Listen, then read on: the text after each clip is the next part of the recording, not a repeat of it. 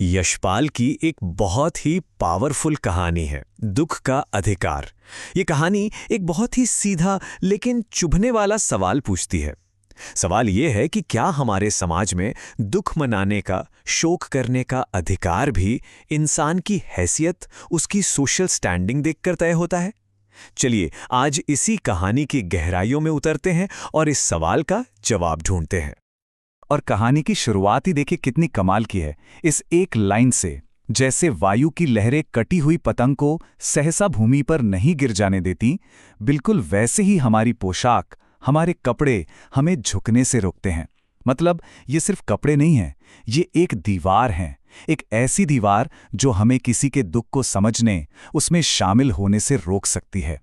तो इस पूरी कहानी को और इसके कोर मैसेज को समझने के लिए हम इन 5 हिस्सों में से देखेंगे। तो सबसे पहले बात करते हैं इसी पोशाक की, जो बंधन भी है और बाधा भी।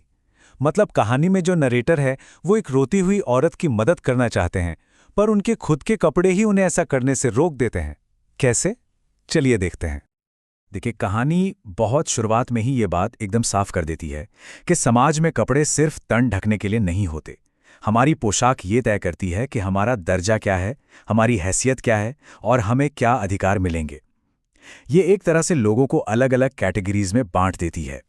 तो फिर नरेटर के मन में यही सवाल उठता है। वो जानना चाहते हैं कि वो फुटपाथ पर बैठी औरत क्यों रो रही है, लेकिन वो चाहकर भी उससे पूछ नहीं पाते। आखिर क्यों? क्या वजह थी? ऐसी कौन सी चीज थी जो उन्हें रोक रही थी? और जवाब था उनकी अपनी पोशाक, उनके अच्छे कपड़े। वो फुटपाथ पर उस गरीब महिला के पास बैठ नहीं सकते थे, क्योंकि उनकी पोशाक इसकी इजाजत नहीं देती थी। यही है वो बंधन और अड़चन। कपड़े एक सामाजिक दीवार बन गए, जिसने इंसानियत के एक बहुत ही बेसिक इमोशन, एम्पैथी का रास्ता ही रोक दिया। चलिए अब नरेटर से हटकर उस माँ की कहानी पर आते हैं। वो माँ जो फुटपाथ पर खरबूजे बेच रही थी और रो रही थी। आखिर उसकी ऐसी क्या मजबूरी थी कि बेटे की मौत के तुरंत बाद उसे बाजार में आकर बैठना पड़ा? देखिए, उसकी कहानी एक एक करके सामने आती है, और ये किसी एक दुख की कहानी नहीं है, ये मुसीबतों का एक पूरा पहाड़ है। पहले तो उसका 23 साल का बेटा भगवाना सांप के काटने से मर गया। फिर जो भी थोड़ी बहुत बचत थी वो उसे बचाने के लिए ओझा गुनी पर खर्च हो गई। जो कुछ बचा वो उसके कफन दफन में लग गया। और अब घर में पोते पोतियां भूख से बिलक रहे हैं, बहू तेज बुखार में तप रही है, कोई एक पैसा उधार देने को तैयार नहीं। आप सोचिए, ऐसी हालत में वो क्या करती? उसके पास शोक मनाने का वक्त ही नहीं था। तो ऐसी दर्दनाक हालत में किसी से हम क्या उम्मीद करेंगे? थोड़ी सहानुभूति की, है ना? लेकिन उस मां को बाजार में बैठे लोगों से क्या मिला? सिर्फ कठोर और बेरहम फैसले, ताने। पहला ही ताना सुनिए। क्या जमाना है, जवान लड़के को मरे पूरा दिन नहीं बीता और ये बेहया दुकान लगा के बैठी है। किसी ने ये जानने की कोशिश तक नहीं की कि वो ऐसा क्यों कर रही है, बस उसे बेशरम का ठप्पा लगा दिया। एक और साहब ने तो और भी गहरी चोट की। बोले, अरे इन लोगों का क्या है, ये कमीने लोग रोटी के टुकड़े पर जान देते हैं। मतलब ये सिर्फ उस औरत पर नहीं, बल्कि उसके पूरे वर्ग पर, गरीबी पर हमला था। एक ऐसी सोच कि गरीबों के लिए भावनाएं, परिवार, दुख कुछ मायने नहीं रखता, बस रोटी ही सब कुछ है। और हद तो तब हो गई जब एक दुकानदार बोला कि जवान बेटे के मरने पर 13 दिन का सूतक होता है। अब अगर कोई इससे खरबूजे खरीद ले तो उसका ईमान धर्म कैसे बचेगा? सोचिए, एक इंसान के दुख से ज्यादा लोगों को अपने धर्म ईमान के भ्रष्ट होने की चिंता थी। वो उसे एक दुखी मां नहीं, बल्कि एक अपवित्र चीज की तरह देख रहे थे।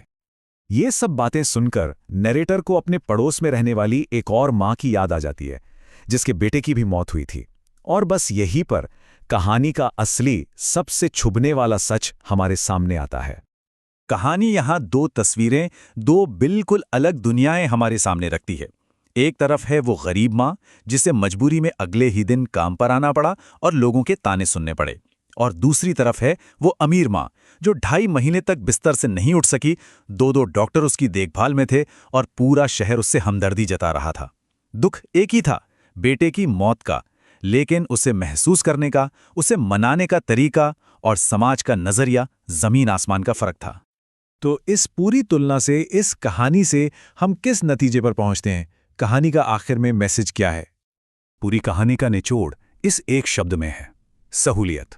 कहानी ये कहती है कि दुख मनाना, शोक करना सिर्फ एक फीलिंग नहीं है, इसके लिए सहूलियत चाहिए, कन्वीनियंस, प्रिविलेज।